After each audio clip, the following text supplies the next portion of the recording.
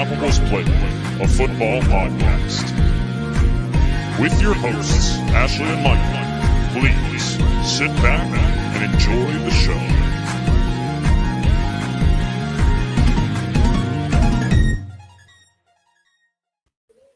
Hello, and welcome back to the Undroppables Playbook, football podcast presented by the Undroppables, sponsored by Analyst Depot. I'm your host, Ashley. This is my co-host, Michael Duncan. Off to a rough start today, backstage, trying to get our technical difficulties sorted out. How are you feeling? I hate technology. It doesn't even make sense. And it's the only thing that I do. You literally sounded, so Duncan sounded like he had the robot filter on. Like he would speak and I would be like, what is that? And it was just like robot noise. It was the weirdest thing. But we got to figure it out. I wish I could tell you that I knew how I fixed it, but all I did was restart my entire computer and then did everything the exact same that I always do. So weird. And you tried unplugging it. You checked everything first before you did all the stupid things you're supposed to do. Turn it off, turn it back on, unplug it, plug it back in. I'm thrilled to be here. Oh yeah, I know. And listen, every time I come on this podcast, it's kind of like unlocking a new background or something because I'm down here. My normal podcast spot is under construction. So rough start of this playbook episode, but we're here.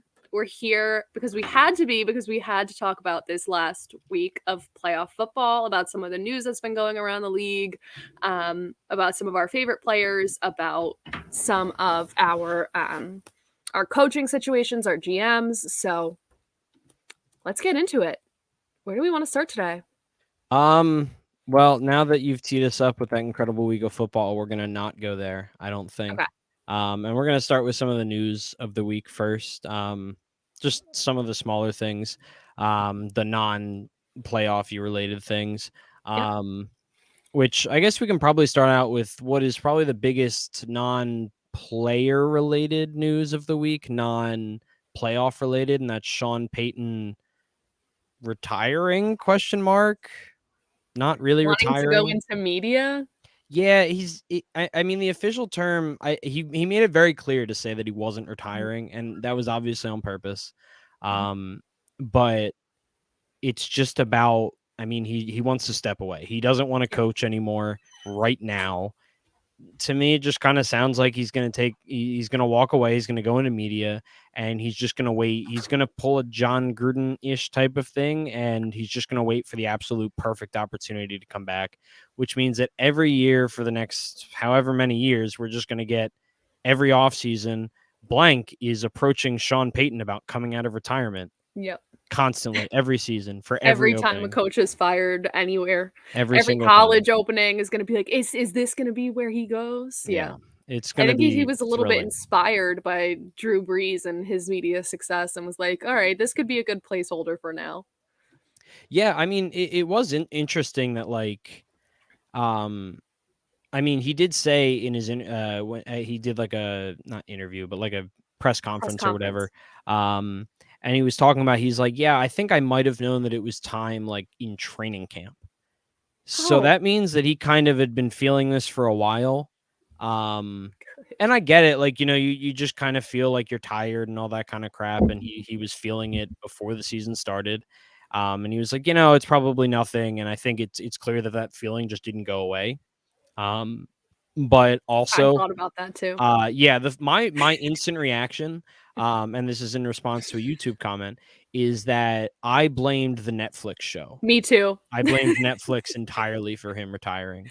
I couldn't figure out how to say a tweet about it, right? Like I was trying to be like, damn, the Kevin James portrayal of Sean Payton really drove him to the edge. And I couldn't figure out how to say that on the day, and then it was too late. But that was my first thought too. Yeah, I mean, I'm wondering if maybe they showed him like the first episode or something, and he was just so thrilled with it that he's like, if this is my legacy, maybe I can retire. Or maybe he was like, is there any way we could go into reshoots and we don't need Kevin James? Like, we'll have the real Sean Payton there. Yeah, maybe he's walking away to take Kevin James's part. We don't know. Yeah. Maybe that's the media that he's getting himself into. But yeah, I mean, that was a pretty big, it was shocking, but it wasn't kind of, it had started to gain a little bit of traction earlier in the week. So it wasn't a total, out of nowhere when it happened. But was then it was like still 40 minutes, and then it was like he's officially retiring. Yep. Oh my god, we have a press conference in 10 minutes. Like it was like there was some speculation, but it was also like not very verifiable, right? Like it was like from trusted sources, but like I don't know, there was no rumors of this throughout the season and Yeah. kind of nothing like that. So you would think okay, maybe they're considering things, but then that day it was like the span of like 30, 40 minutes that it was like he's officially retiring and we have a press conference and he's going to talk to us. Yeah.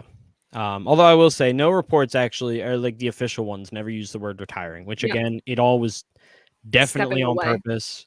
Mhm. Absolutely, because he plans on coming back to football at some point would be the way I took it. But speaking of reputable sources and confusing news reports, that is the head coaching situation in Jacksonville, which may or may not be Byron Leftwich. Maybe. We've seen a ton of he's gone in for his second head coaching interview. We've seen a lot of kind of like not Adam Scheftery type people, and probably not even like a tier below Adam Scheftery type of people. Report that it's kind of a lock, and they're working on certain contracty stuff.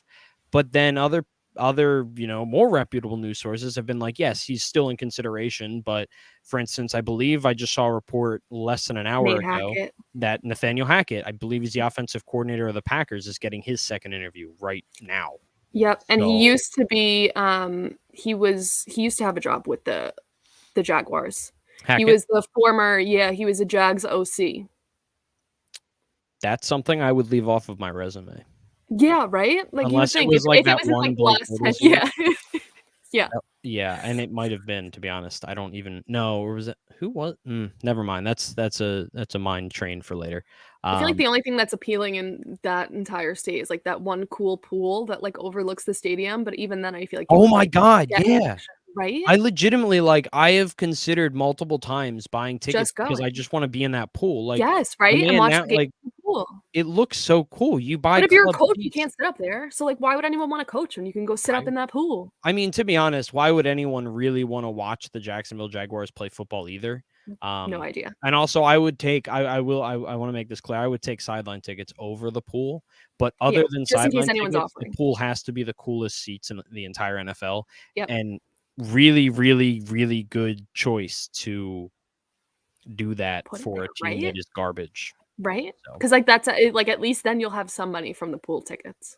I wish more places would do that. I wish like basketball teams, like what? Do you want to go? Absolutely. Okay. We'll go next season. I also don't want to go to Jacksonville at all. No, it's but apparently disgusting. I want to travel that far For the pool. to sit in a pool because I'm not surrounded by pools in my job. No. That isn't what I do for money. No. I don't work for a pool company and I don't manage pools. So clearly I have no access to a pool. Otherwise. And I don't work for the CIA. Like that's the way you said that. That was very strange. Well, no, the point is I'm surrounded by pools at my job. I know. I'm just saying the way you said it sounded like it was like your cover story. It is my cover story. I don't know what it's covering yet, but I'm excited to find out. But yeah, so moral of the story, they have great hot tubs. They don't have a head coach. It doesn't look like so Hackett was the OC for the AFC Championship season, being reported by our YouTube comments. So that is the one season that I would probably leave on my resume because you dragged Blake Bortles to an AFC Championship somehow. God, the collection of quarterbacks that played that weekend were incredible. Case Keenum, Nick Foles, Blake Bortles, and Tom Brady, and somehow Tom Brady didn't win a Super Bowl. Yeah, go Birds. Anyway, they don't have a head coach yet. Maybe it's going to be Byron Leftwich. Maybe it won't be. We don't know. It's not being reported by reputable enough sources to know for sure whether or not it is him. Yeah. So, yeah. But that would be a fun hire. I like Byron. Yeah, Leftwich. I do love that too. And I think he even before Tom Brady was there showed good success, like with being able to manage the skills of the players he did have. And that when Tom Brady came in, he took over a little bit of control. I mean, you could see it on the sidelines. Do you remember that one game right in the beginning of the season where Byron was like screaming on the sidelines, like, please don't do that? And Brady was like, I'm gonna do it. But so I don't know. I think they're really good. I think the one thing to me that isn't as appealing is, and it is part front office, is like being able to develop talent rather than procure the talent, if that makes sense. And the Bucks have done really good at procuring the talent and have done a decent job at development. So I just think it's being able to see if they would be able to develop those players and being a leader, which every report on Byron Leftwich says he can do. Yeah, I mean, he comes from a history of working with quarterbacks. He was the quarterbacks coach with Arizona. Then he was the offensive coordinator for a little bit back in 2017 and 2018, which of course was, God, was that the Josh Rosen year? No. Yes? I don't know. I Very good believe that job was with the Josh dates. Rosen year, which is actually super unfortunate. But regardless, yeah, I mean, I think he's an interesting guy, and also it's just interesting. He was a first round pick by Jacksonville as a player, as a quarterback coming out of college back in like 03, I think. So that's just a fun storyline of him coming back to Jacksonville as a head coach. And his history with QBs is a great thing to have on a Yeah. team with Trevor Lawrence, who still has very good raw talent, but it is just raw talent at that point. Like, it's not very developed. It's not making sense in that offense currently. So having someone who's spent a lot of times around QBs specifically, not just offenses, but worked as a QB coach, is a really appealing thing for the Jaguars, I think. Absolutely. I mean, I think that's the kind of guy. I mean, I've said that a couple times on this podcast that that's the type of guy that they should be looking for with a young guy like Trevor Lawrence, first overall pick, and another high pick this year, and some solid weapons on offense. Travis Etienne and James Robinson, obviously both dealing with their own injuries, but also some young wide receivers. So, yeah. Another big head coach thing is Dabble's getting interest from everywhere. Some reports is that he's now a front runner in Miami. He's a front runner in New York for the Giants. He is the current offensive coordinator of the Bills. The Giants did hire Joe Shane as their GM. The Bills assistant GM Leslie Frazier is getting a lot of the Bills defensive coordinator is getting a lot of interest. That entire Bills staff is trying to be poached right now. But I think the newest report was that came out today, which was kind of news, is that Dabble is a finalist for the job in Miami. Yeah, not too surprising. I mean, he got a ton of interest last year. He was, I mean, him and Eric Bieniemy last year were kind of viewed as, you know, the guy, like the head guys for that class of free agent head coaches. That's not the right terminology at all, but that class of head coaching hires, and neither of them got a job. I think Dabble got offers and just basically kind of decided against it. And honestly, I think that he can be really picky because right now, I mean, you're telling me that the opposite. Like you're telling me that if he doesn't want to take a head coaching job in Jacksonville or Miami or somewhere where maybe it's not the greatest situation, he gets to go back to Josh Allen and the Bills, like a Super Bowl caliber team. Like, yeah. I mean, so, it's really not a bad place to be, and I think that he has earned the right to be picky. And 100%. it's, you know, sometimes you only get one chance as a head coach, and if you end up going to a place like a Jacksonville where the organization is just a mess, sometimes that chance is, you know, you have it and it's gone in 3 years, and you might not get that chance again. So I don't blame him for being picky, because why not? He's happy and comfortable, and he's still got unfinished business in Buffalo. So, yeah, I completely agree. And just that, you know, I've looking at a lot of the head coach vacancies is a lot of teams with young players and players that need development.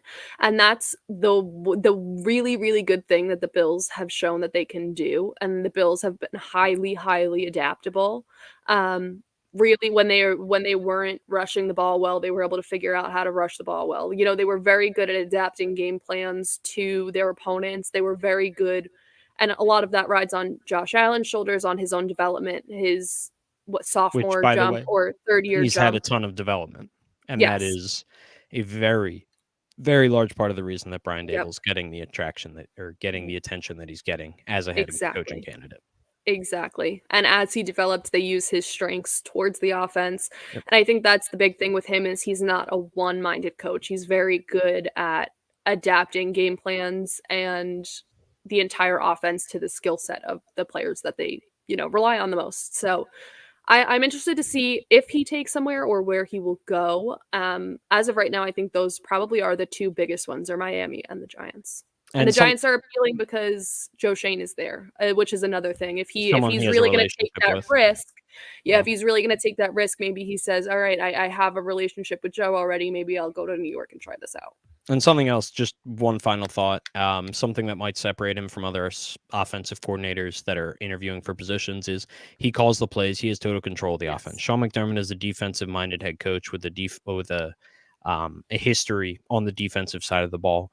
Brian Daboll, he's going to walk in and he's going to be able to just run his system. It's not going to be his first time calling plays. And that is a big factor when hiring a new head coach on either side of the ball because,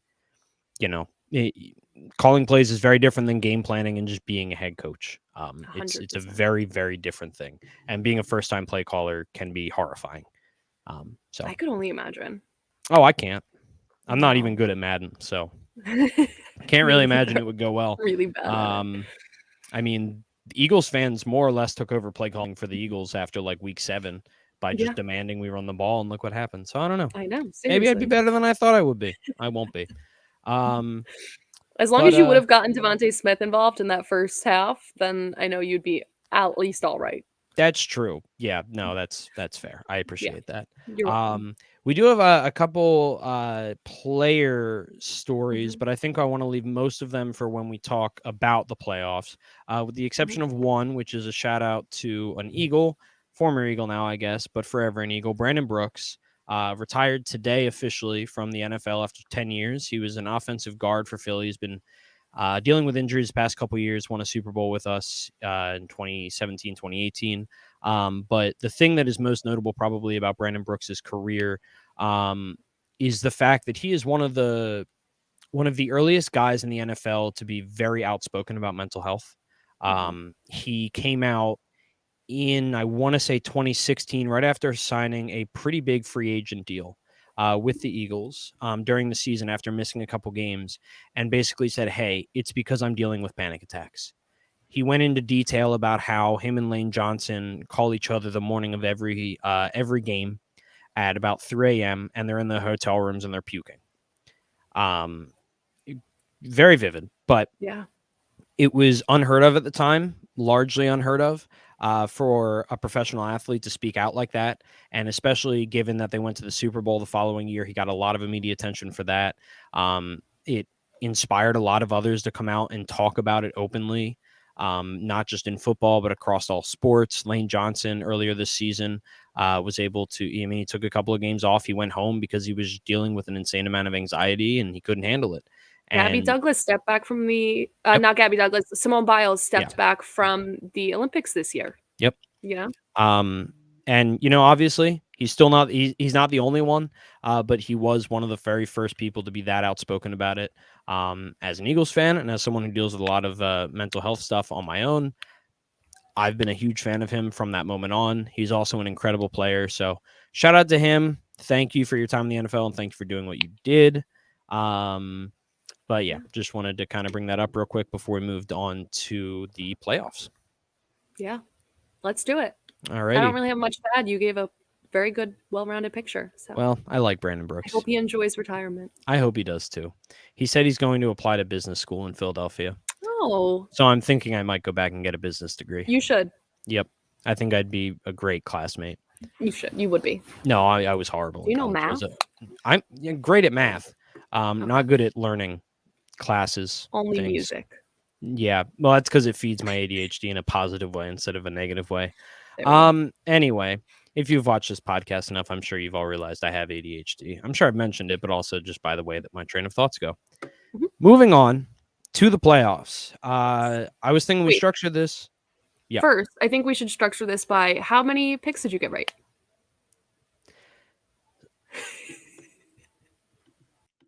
So Ashley's not going to be joining us for the rest of this podcast. It's just going to be me because she doesn't know how to handle being a winner.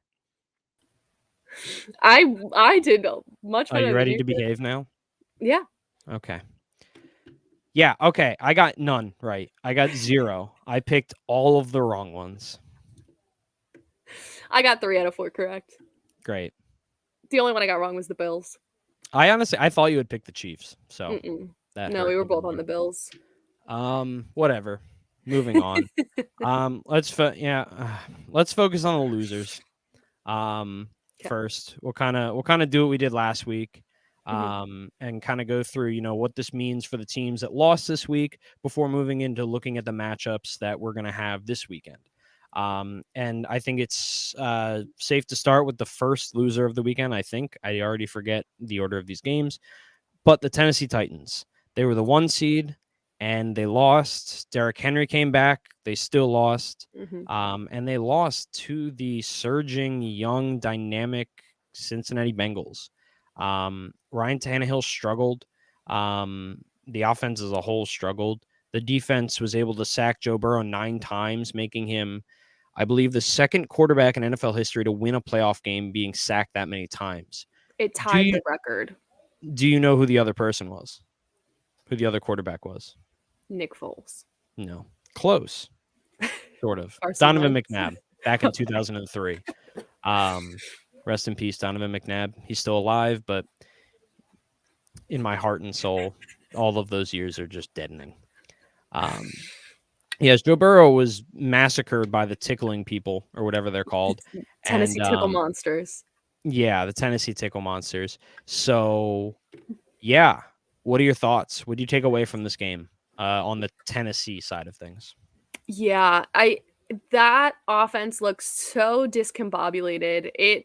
Nothing was really working, right? And I think one of the big things for me is that not even just this game, but the entire season, Julio rarely got involved. And I know he was dealing with a lot of health issues, but I don't know, the offense seemed very one-minded. I think the plays did not play up to their opponent's weaknesses. They didn't target areas in the Bengals defense and secondary that could have had exploitations. And I don't know. I just think that they did not adjust their game plan the right way to play the Bengals. And I think part of it is just that the Bengals are hot and doing, very well, and that it's kind of hard to stop a train once it's already rolling. But, I don't know. I think it was boring football from the Titans is kind of what it looked like, except for their defense. Their offense was boring. Nothing in that game from their offense excited me. The sacks were incredible. They were that defensive line knew how to exploit the Bengals offensive line, and they did it flawlessly. That game plan worked. Everything else did not. Yeah, the defense did what they were supposed to do. And I think what it really comes down to is Ryan Tannehill. I mean, next year he'll be 34 years old.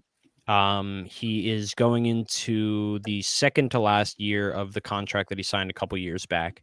Next year isn't really an out. The dead cap hit would be $57 million, and his cap, if they cut him, and his cap hit next season will be $38 million with him on the books. So he's on the team next year, barring a trade, and that would still be shocking. But it's really the following year where they could cut him and it would only be an $18 million dead cap. But chances are they're stuck with him for another season. And he has been, I think solid. I mean, I think he earned his contract. He's been good for the most part, but after seeing their offensive coordinator leave to become the head coach of the Falcons last year, Tannehill was not the same guy this season. And the offense as a whole did deal with a lot of injuries, a lot of issues across the board. Obviously losing Derrick Henry and then Julio Jones, AJ Brown, both dealing with injuries. He didn't often have a ton to work with, but he also didn't really do a whole lot to make me feel confident that he's really their guy heading forward. He's not as young as I thought he was, sort of. Yeah. He just feels younger than that. But he's going to be 34. And I think at this point, he has to be your guy for next year. You're probably going to have to run it back with Julio, Derrick Henry. I don't see a lot of change for this team moving forward next year. I think you really just have to hope that they can kind of get back what they had early in the season. Obviously, they were the 1 seed. They're a good team, but they've yet to see it really translate to consistent playoff success. Yeah. They did have a good little run a couple years ago, but outside of that, not a ton. So what do you think? Vrabel was, in a lot of conversations for being coach of the year. Do you think that playoff game hurts his chances at coach of the year? It shouldn't. and that's mainly because Coach of the Year is a regular season award. You know, But I don't know how much. Like, here's the thing. I'm gonna believe that it doesn't because in 2017 I watched Doug Peterson make the Super Bowl, and Sean McVay won Coach of the Year, which yeah, was wrong and stupid. Sean McVay lost in the first round of the playoffs, and Yeah. in very unimpressive fashion. Um, so I'm going to say that it shouldn't hurt. It shouldn't hurt him. I'm going to say that it doesn't because in the past it doesn't seem like that has really affected the voting, Okay. at least on the Coach of the Year side. But I'm still mad that Sean McVay won. So Yeah. just Yeah. going to very calmly throw that in there. Good. Perfect. But moving on to not Sean McVay. No. I didn't have a better way to put this. Green Bay, the first of, I think, two of these teams that are dealing with massive question marks at the quarterback position. The Bills and the Titans, we know who their quarterback is next season, barring something unexpected. But Aaron Rodgers has made it very clear that he does not know what his future is for next season. He has said that he is going to take some time away. He's going to talk with the general manager. He's going to talk with ownership. And he's going to talk with his family and his friends, I guess. I don't know who else he talks to. Pat McAfee, probably. Yeah. His But doctors. yeah. Joe Rogan. Yeah, probably going to talk to Joe Rogan a little bit about it. But he is going to figure out what's best for him moving forward, and if he wants to return to be the quarterback for the Packers going forward. And he doesn't want to be a part of a rebuild, but the Packers have the second least amount of space in cap. That was a bad sentence for next season, behind only the Saints, I think, at like negative 44-ish million. And that's without Devontae Adams being on the books whatsoever. Yeah. He is either going to be tendered or he's going to walk as a free agent, or a new contract. But that's 44 million without considering the best player on your team outside of Aaron Rodgers. So and he said the big thing that he won't do is he specifically said, I will not take 1 year off, like say I'm retiring and then come back to football. He says, if I'm going to make my decision to leave, it's going to be me leaving. I will leave. Yeah. It's not going to be me getting out of my last year of my contract or whatever it is. And then saying I'm retiring and not be retiring. That's not what I'm going to do. If I stop playing, I stop playing for good. So it's going to be that I need to take my time away and figure out. And then the Packers did come out. Aaron Rodgers specifically said, I'm not going to be a part of a rebuild. So if that's where we're going, I don't want to be a part of it. And the Packers specifically said, this is not a rebuild. So. Yeah, I mean, they can say that all they want, but if Aaron Rodgers decides that he right. doesn't look like, if he decides that it doesn't look the way that he wants it to look, he can probably walk away. I think that it's not necessarily retirement or the Packers for him. They made his contract slightly more cuttable. I think it leaves them with only a 26 million dead cap hit for next season as opposed to the 46 million. So you're saving about 20 million if they cut him or trade him, I assume, after this season. So you get some cap relief there. But if Aaron Rodgers decides he wants to play elsewhere, I would be very shocked to hear the Packers decide that they are going to be competing next year. And I think it automatically turns into a rebuild where 100%. And I don't think Devontae Adams comes back if Aaron Rodgers is not there. He said that before. He said that when there was speculation last year that if he's not here, I don't want to be here. So, I mean, who would want to be there in Green Bay? And unfortunately for Devontae Adams, it's a lot less in his control than anyone else's. Yes. Because they can franchise tag him. He might not have a choice. But for the Packers, like their future can either be very, like if Aaron Rodgers comes back, it's status quo. We know exactly what team they're going to look like next year, barring whatever they do to get under the cap. But for the most part, I don't see any large changes because if Aaron Rodgers stays, that means that management has made him feel okay with the idea of him coming back. It means Devontae Adams probably is not going anywhere. That, they're going to keep a competitive team around him. But if he leaves, I have no clue what this team is going to look like. But I am almost positive that they will not look like the 1 seed that they were this year. They might burn it all down. I think they would. I mean, you have Jordan Love. I think you have to take some time and figure out what that means. Yeah. But I mean, it's hard to let a guy like Devontae Adams, arguably the best wide receiver in the league, walk out the door. But you might have to because it just makes sense on the short term. If Aaron Rodgers leaves, I'm sure that they are regretting that Aaron Jones contract because you have AJ Yep. Dillon and you're paying Aaron Jones a lot of money, which again makes sense if you're competing, but it's going to be a very different team. And that kind of brings us straight into, I think, the other team that's in a very, very similar position. Hold on, we didn't really talk about the game. Oh, yeah, they played a game. They did play a game. Yeah, forgot about that. Yes, they did. Why don't you tell us a little bit about it? Yeah, I mean, they played football. Oh, wow. I thought it was basketball. Yeah, I mean, I honestly, the Packers probably wish it was basketball. The Niners just own Aaron Rodgers in the playoffs to a ridiculous degree. Yeah. It was one of 3 games to end on a game-winning field goal as time expired, and one of 4 games out of 4 to end on the final play of the game, which is really stupid. I read this tweet, and it's like, in all 4 games this weekend, the winner was decided on the final play of the game. And I'm like, yeah, no, that happens every of course. That is how things work. And then I'm like, I kind of understood what they meant. And I'm like, there's not really a smart way of saying that. Yeah. But yeah, I mean, Aaron Rodgers just looked like shout out to D'Amico Ryans, another former Eagle, a guy who was hired by Chip Kelly when he was the head coach of the 49ers as a defensive assistant. He worked his way up, and when what's-his-face became the head coach of the Jets last year, D'Amico Ryans was promoted from within again by Kyle Shanahan to be the defensive coordinator. He's a former linebacker drafted by Houston, played with the Eagles for a little bit. Great middle linebacker, first rounder. But he just their defense is not that talented. Like their secondary is not that talented. But they were able to slow down one of the greatest quarterbacks of all time, one of the most talented quarterbacks of all time, one of the best with a stellar cast.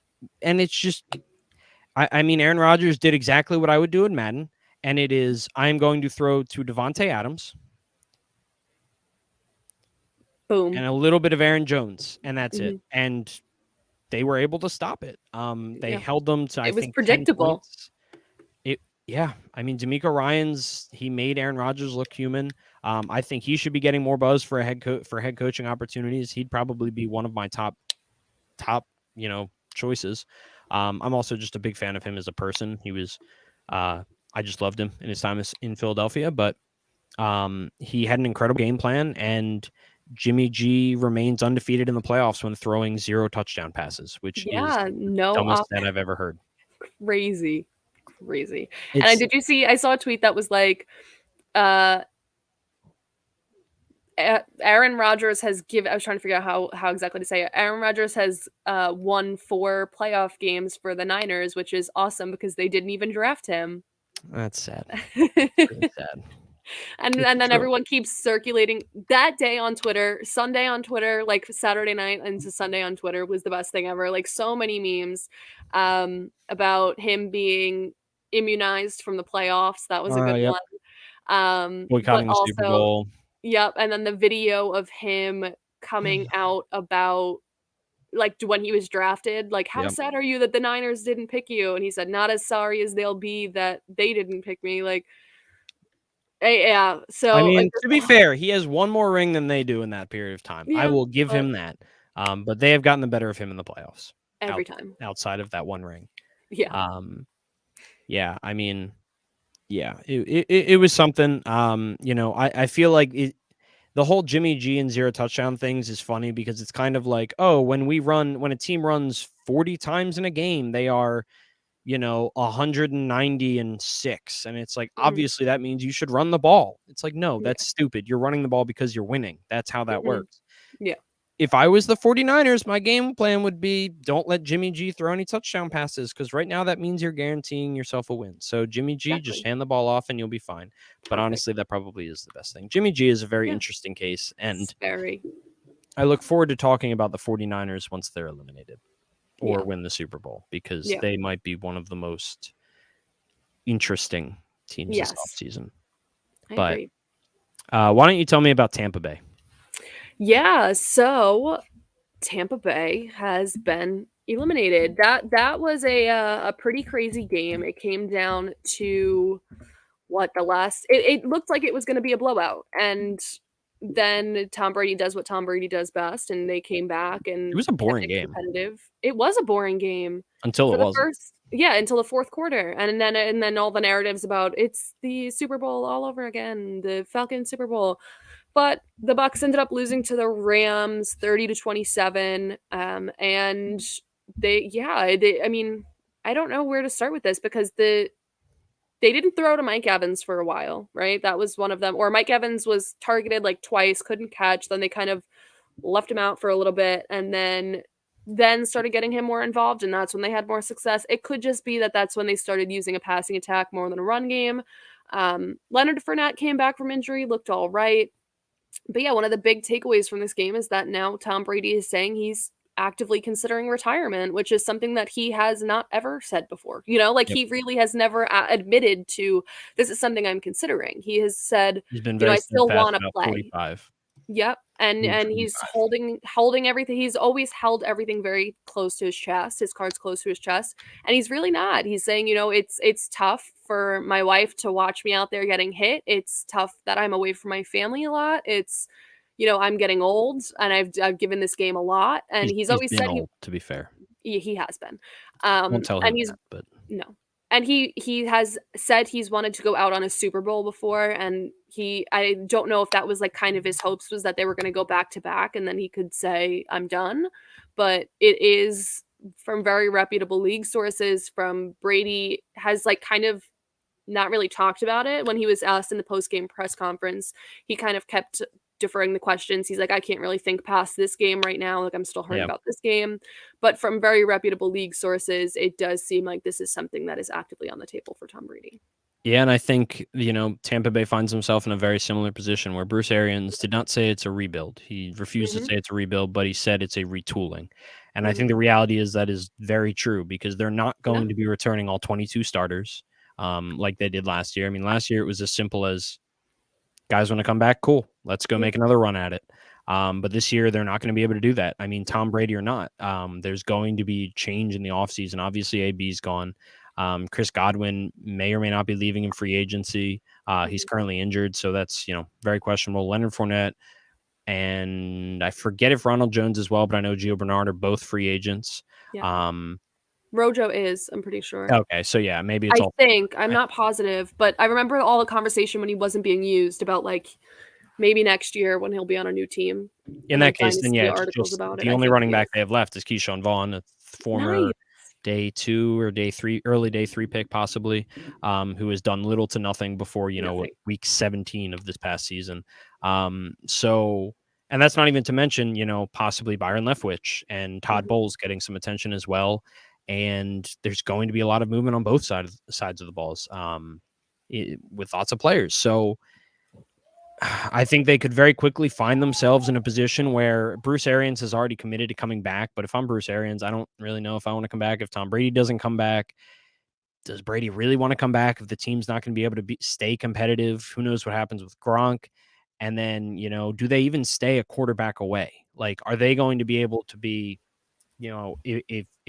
if Brady doesn't come back, if he retires, are they going to be able to just plug in a quarterback, a veteran quarterback, maybe Aaron Rodgers, maybe, I don't know, Drew Brees comes out of retirement and says, yeah, sure, I'll, for the heck of it, maybe Eli Manning, Payton Manning, I don't know. I'm just making things up. But are they going to be able to stay a plug-and-play quarterback away from being able to be competitive again?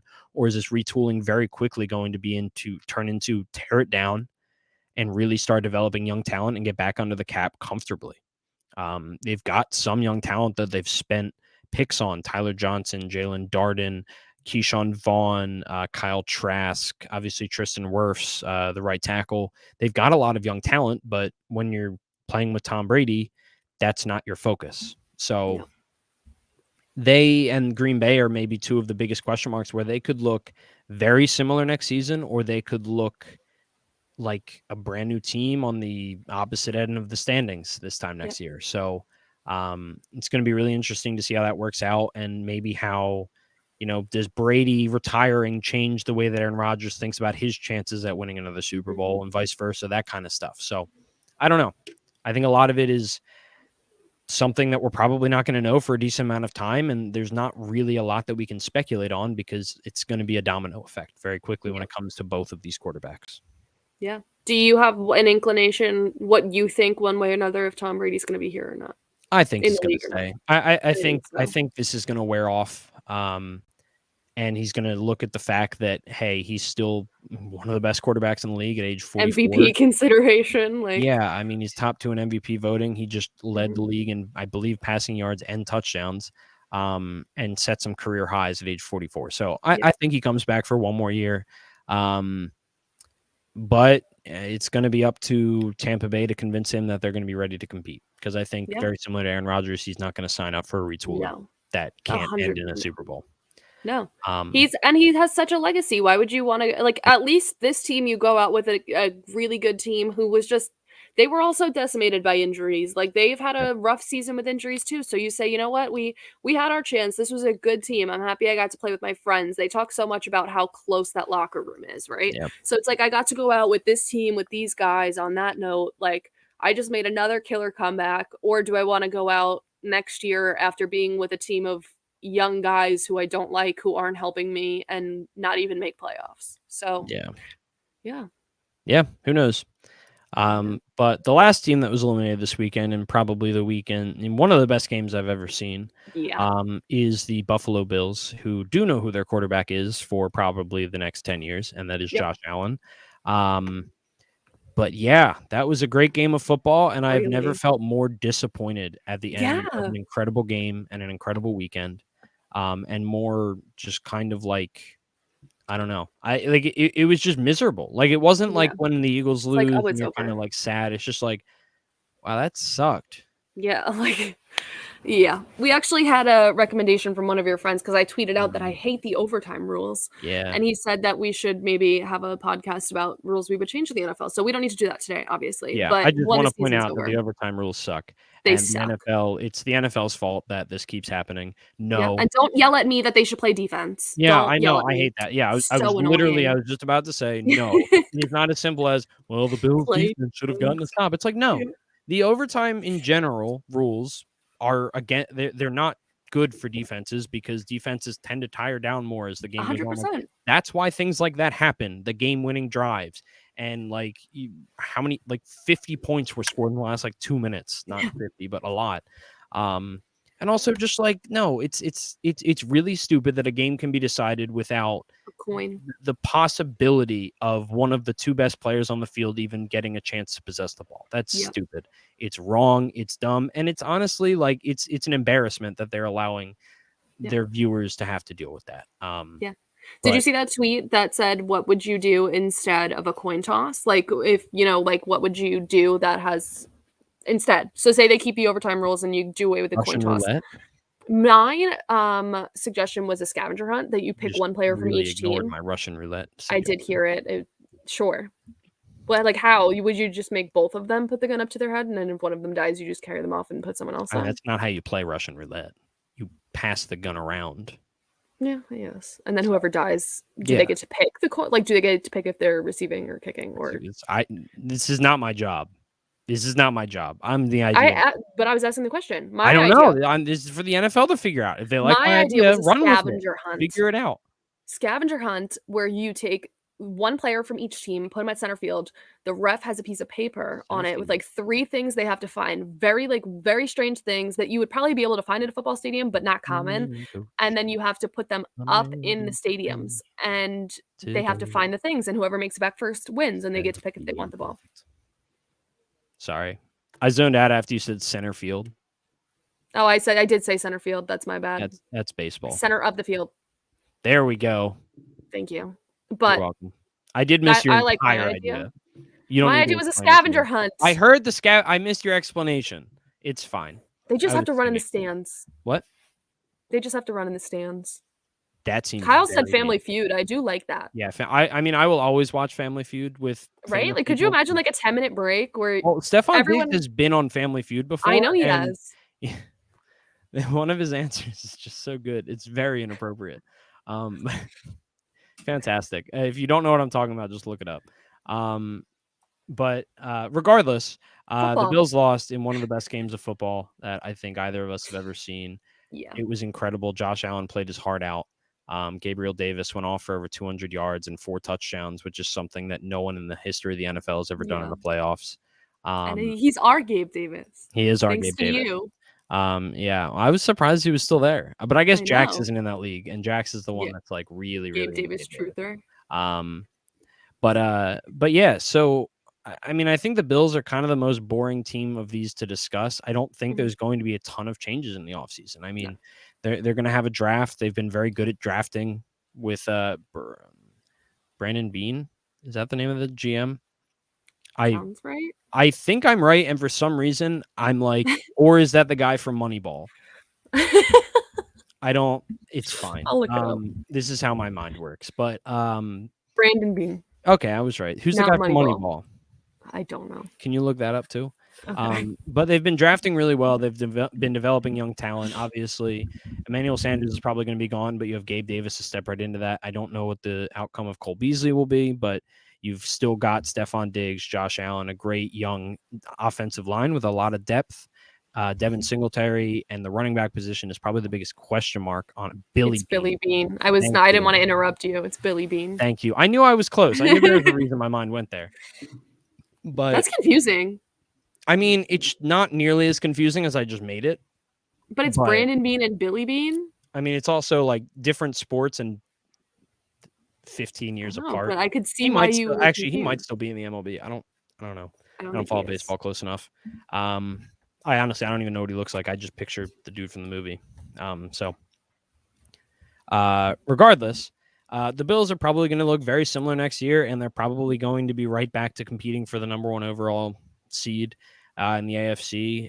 They're going to be competing with the Chiefs probably again, and hopefully that we get to see, round 3. Randy Moss on the morning of Sunday said during, I guess, NFL Network pregame show or whatever, he was talking about the fact that he thinks that Josh Allen and Patrick Mahomes is going to be this generation's Manning and Brady.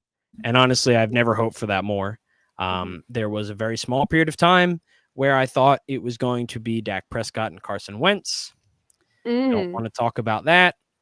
You should keep that one to yourself. Yep. Well, we all thought it. People look. Carson Wentz looked great for a period of time. It's fine. But yeah, I mean, if we can commit to having them during the playoffs every year for the next 15 years, sure. I'm very much down for that. I would love it because they are 2 of the most talented quarterbacks I think I've ever seen play. They're both so young and they just keep getting better. Yeah. So. Yeah, and it really just is. It's so fun to watch them. Like, you are, no matter if you hate them or love them, you are in love with watching them play. Like, it just invigorated like your love. Watching that game, if you used to love football, would make you love football again, because it is that fun, like, to watch both of them play, which is awesome for the sport. It really is very good for the sport. Just skip overtime. Yeah, because that will make you hate football. Yeah. Yeah, just turn it off. I still have a sour taste in my mouth. I'm still upset. I think I'd rather watch them play Russian roulette. I like my scavenger hunt. I mean, but this was the best weekend of football, though. Like, I genuinely cannot remember a weekend of football that I've loved more than. I mean, it's the first time in NFL history that every game has been decided on the final play of the game, and 3 road team ones. Yep. 3 game-winning field goals as time expired. First time that ever happened. So yeah, incredible. The divisional round is always one of the best weekends of football. Because it's just very condensed, but also you are normally left with some of the best teams. But this was something special with some of the best games. But that brings us into championship weekend. The second to last real weekend of football. I'd say the last weekend of football. That's sad. Because like the Super Bowl isn't really a weekend; it's just kind of like an event. A day. But that's getting very nitpicky. But I don't know the schedule. I don't know which game is first. But 3 o'clock. Hold on, I'll check which one's first. Oh yeah, I know. I know it's 3 o'clock and 6 o'clock. I just didn't know which game was first. I'll tell you in a second. Great. AFC Championships at 3:05. All right, so that's where I was going to start anyway. So we have the Bengals going to Kansas City, which is a rematch of Week 17, where the Bengals actually won 34-31 in a shootout. this is really interesting. 2 first-round quarterbacks, both 2 of the most promising young talents in the league at the quarterback position. I think if you're starting a franchise right now, I don't know how many guys you're putting over these 2 guys. Patrick Mahomes is probably, the favorite for that position, but these 2 guys are very much the future of the NFL, along with guys like Josh Allen. But the Chiefs, obviously, this is Patrick Mahomes' 4th straight conference championship. I believe to this day he still has not played a playoff game away, which is ridiculous. He's also the only person to ever, in his first 4 years of being a starter, going to 4 straight conference championship games.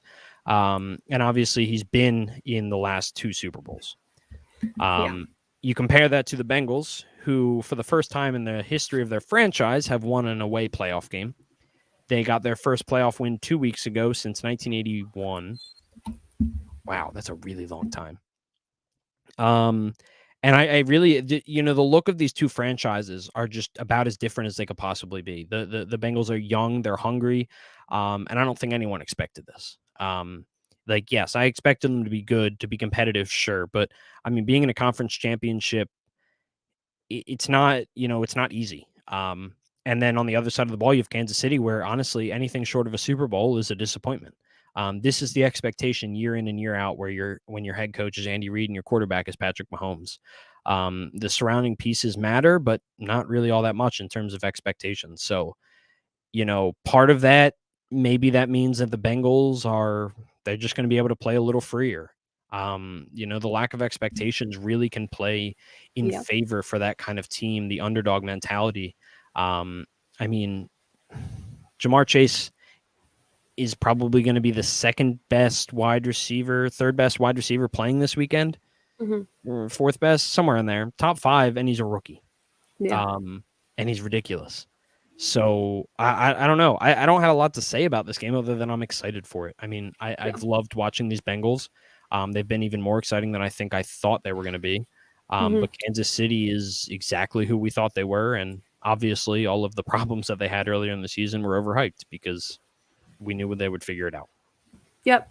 I think for me, the big takeaways for, coming up for this game is that I think the Bengals need to make as many improvements as they possibly can on the offensive line before they show up to this game. Because if you you don't let your quarterback get sacked 9 times and win usually, usually you will not win. It's only happened twice.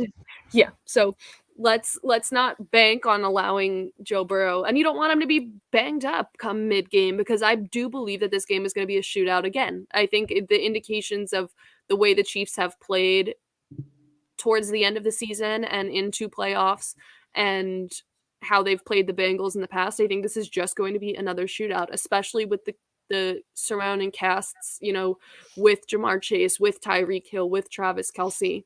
So I think it's going to be a shootout again, and I think that you need to be able to keep your quarterback on his feet in order to have a shootout. So I think that's the big thing. And I don't know. I guess I'll probably ride with the Bills, the Bengals. The Bills. Because the Bills. You heard it here first, ladies and gentlemen. She picks the Bills. She is 0-1 this weekend so far. Thank you so much. Somehow I'm gonna ride with the Bengals. I am a Bengals fan now.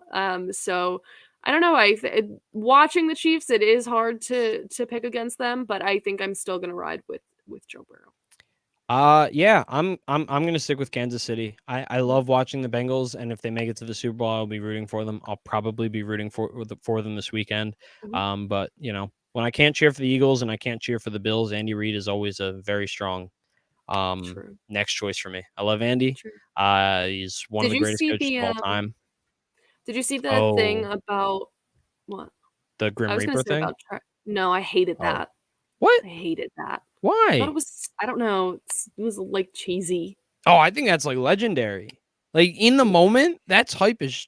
Yeah, in the game, I get it, but like all of like the graphics and everything. It's I haven't seen any of the graphics. It's like way over. I'm like over it already. Unless but yeah, that, Andy Reid said where they walk from the doorway to the doorway with the. One is one of the ones. This one is like the shadow of Patrick Mahomes and running on the field, and the shadow is the Grim Reaper.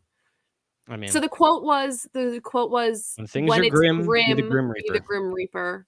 But I was gonna say That's nasty. That's it dirty. is. I love it. What I was gonna say is, did you see the NFL mic'd up of Travis Kelce Yes. calling like what the man Backyard football. has and he has always been very good at reading defenses, and Patrick has told that before, and his teammates have said that before, and Reed has said that before. But being able to actually hear it was really cool. He Yeah. was saying they ran the first play of or I think it was the overtime drive or the field goal drive. No, it was the 13-second drive. Okay, so it was a 13-second drive. So they ran the one play.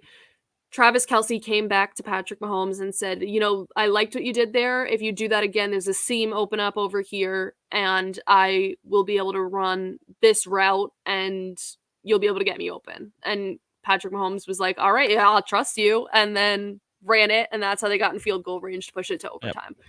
So that was a really cool video to see. I say this a lot, and that's one of the reasons I loved the Eli and Payton broadcast, is because it's not dumbed down football, right? Like, it's not, broadcasters are very good at their jobs on networks, but sometimes. Let's not give them a very broad. I will say that I know that's a hard job to do, but for me, there's limitations there. You can't like talk play calling as much. Like, you could talk generalized, but hearing it come from a player or a coach or stuff like that, like when the Colts head coach, what's his name? Frank Reich. I couldn't remember the last name. When he sat down and talked about why they were running Jonathan Taylor so much, it's the same type of thing that you can kind of get really into the mind of the players and the coaches. And I really loved watching that video of Travis Kelce. Yeah, I mean, the tough part of the regular broadcast, which is getting a little off topic, is there is a play-by-play guy. With the Manning broadcast, it's basically just two color commentators. Yeah, so exactly. And it's just nice because you get player insight a little bit more and can talk. You're more so with the not like general football fans. You're people that like really, really, really love and are into football, not casual viewers. That's the word I was looking for. That was long for me. Sorry about that. That's okay. All I do is talk long, so I think we're even. Okay. But finally, the last game of the week, also the second game of the week, is the Niners traveling to Los Angeles to play the Rams for the NFC Championship. Not traveling far. Two division rivals. And a little bit of more recent history is since Sean McVay was hired as the Rams head coach, he is 3-7 against the Niners, as well as being 0-6 since 2019. He has not gotten a win against the 49ers since 2018. Wow. Kyle Shanahan owns him. It's impressive. It's an insane statistic, to be honest. Like you don't see that kind of domination within, like, against, you don't see that kind of domination against good teams in a division that often. Like, no. You see it when it's like, the Patriots versus the Jets for, 3 years when the Jets are terrible. But like the Rams have been a playoff team. Yeah. With consistently. top offenses. Yeah. So very shocking, really super interesting. I mean, Cooper Kupp is a madman. Matt Stafford is playing in his first conference championship with a chance to go to a Super Bowl in his first year being out of Detroit. I don't know. I said this last week that what? It's a tough one. Yeah, I don't trust either of these coaches. And maybe that sounds stupid for two very winning coaches. But Sean McVay almost lost them the game last week. Like the reason that Brady was allowed to make a comeback was because he took his foot off the gas. He played conservative. That, like, how many times do you have to watch that happen to know that's not gonna work? I can show you my text messages to my dad. That was like, it's Tom Brady. You literally cannot let up. You need to try and put at least a field goal on the board on every single drive. And which is like common, like knowledge that everyone should know if you watch football. But you get what I mean. Like especially when playing against Tom Brady, you never let up. I mean, I think the easiest way to put it is like, if your offense is working to the point where you're up by 15, 20 points or whatever it was, why would you change your offense? Just keep doing it until they stop it. There is no reason to be that conservative to the point where you're allowing him to do it. It pisses me off they're both cowards. They have one of the worst like going for it on fourth down rates. They don't make smart analytical decisions all that often, and it pisses me off. Like I have no reason to trust either of these coaches in big games. And it I don't know. They're two of my least favorite coaches in the NFL, while also acknowledging the fact that they're very good at their jobs. It's like it pisses me off that they can be so gifted at certain things, but then something you don't even need to be gifted at.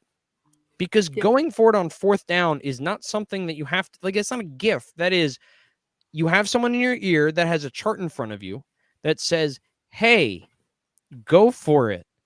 And then you listen to them. Yeah. Stop being so proud. You're not always the smartest person in the room, and just do it. And it's part of a much greater problem that I think they both deal with. And obviously, I guess it doesn't matter if they're playing each other. It has very little to do with this matchup.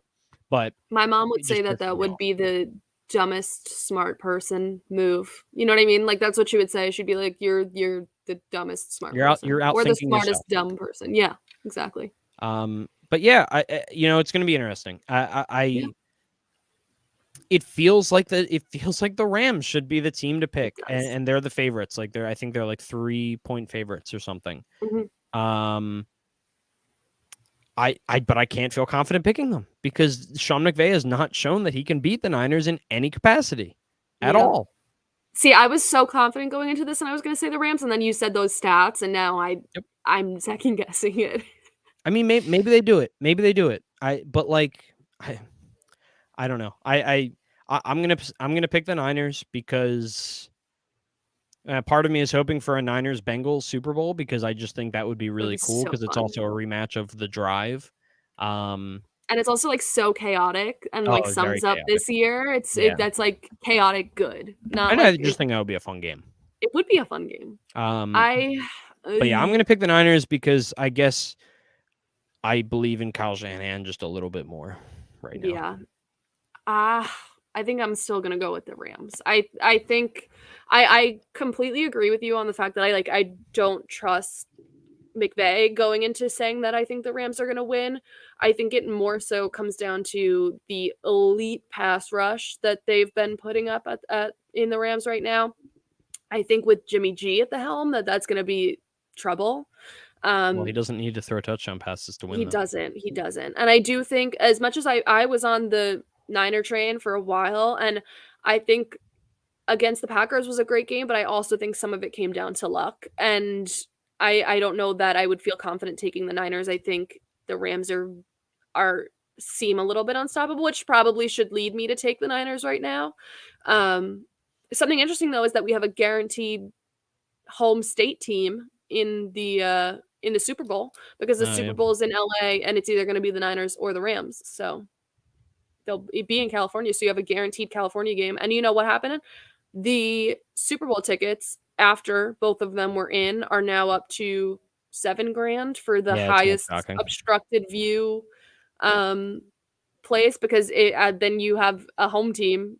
Even if it's not the Rams, you have the Niners from not far away. But the cheapest ticket there is $7,000 before fees. Crazy. Yeah. Crazy. But so you're going the Rams. I'm going the Niners. I'm going to go with the Rams. We're split again. You went Bengals. I went Chiefs. Hopefully I do better than I did last week. Yeah. Do we want to do... hard to do worse. To end the show, do we want to do a live pick? Because we are on the clock. No.